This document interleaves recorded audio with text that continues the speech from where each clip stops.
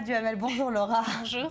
On va parler avec vous du Burkina Faso et des derniers changements. Il y en a eu beaucoup ces dernières semaines. Le départ de Blaise Compaoré qui a réveillé les vieux démons. Vous allez nous en parler, qui relance le débat sur la France-Afrique. Oui, alors le départ de Blaise Compaoré, qui était l'homme des Occidentaux, a relancé effectivement dans les médias le débat sur la France-Afrique. Et c'est un débat finalement qu'on ne peut comprendre sans s'intéresser à son prédécesseur, un certain Thomas Sankara, qui a dirigé le Burkina Faso de 1983 à 1987. En 1987, il est assassiné et le meneur du putsch qui a mené à ce crime n'est autre que son propre frère d'armes, Blaise Compaoré. Alors Sankara et Compaoré, ce sont donc deux destins qui se sont croisés et qui marquent l'histoire du Burkina Faso. Alors c'était qui Thomas Sankara? Alors Thomas Sankara, c'est le Che Guevara de l'Afrique. Aujourd'hui encore, il continue de fasciner au-delà des frontières du Burkina Faso. Thomas Sankara, c'est un homme qui a incarné la révolution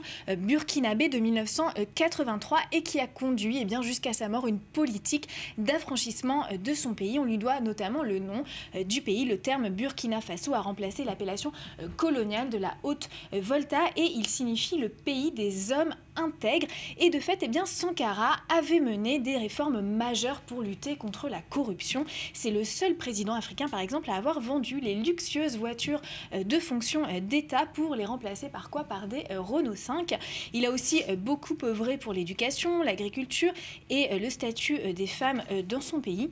Et puis surtout, Thomas Sankara, c'est l'homme qui s'est opposé à l'influence des puissances néocoloniales en Afrique, en l'occurrence la France. Au Burkina Faso, c'est l'homme qui ne voulait pas de la France-Afrique. Et pourtant, Blaise Compaoré, qui lui a succédé, lui, était pro-occidental et a eu une politique justement d'ouverture vers l'Occident. Exactement. Les deux frères d'armes n'ont pas du tout suivi la même ligne politique. Sous la présidence de Blaise Compaoré, le Burkina Faso redevient un partenaire important des Occidentaux en général. C'est avec Compaoré qu'on entre dans l'âge d'or de la France-Afrique. La France-Afrique, cette sorte de réseau politico-affairiste qui règne sur l'Afrique après les indépendances des années 60. Et c'est donc ce rôle très pro-occidental joué par Compaoré qui explique que la France ait fermé les yeux sur ses crimes pendant ses 27 ans de règne. Pire, la France a continué de le recevoir avec tous les honneurs. Alors est-ce que...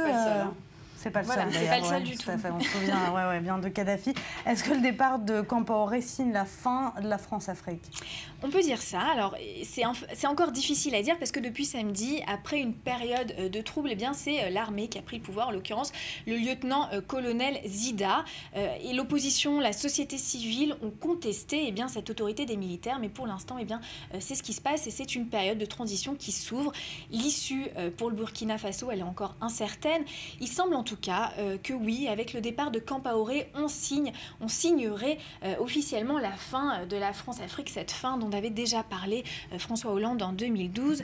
Mais aujourd'hui, finalement, d'autres défis ont dépassé ce débat. Le Burkina joue notamment un rôle essentiel dans la lutte antiterroriste au Sahel. C'est le lieu d'ailleurs où Paris a concentré ses forces du renseignement militaire. Et donc actuellement, le débat sur la France-Afrique devient un peu has-been, si j'ose dire.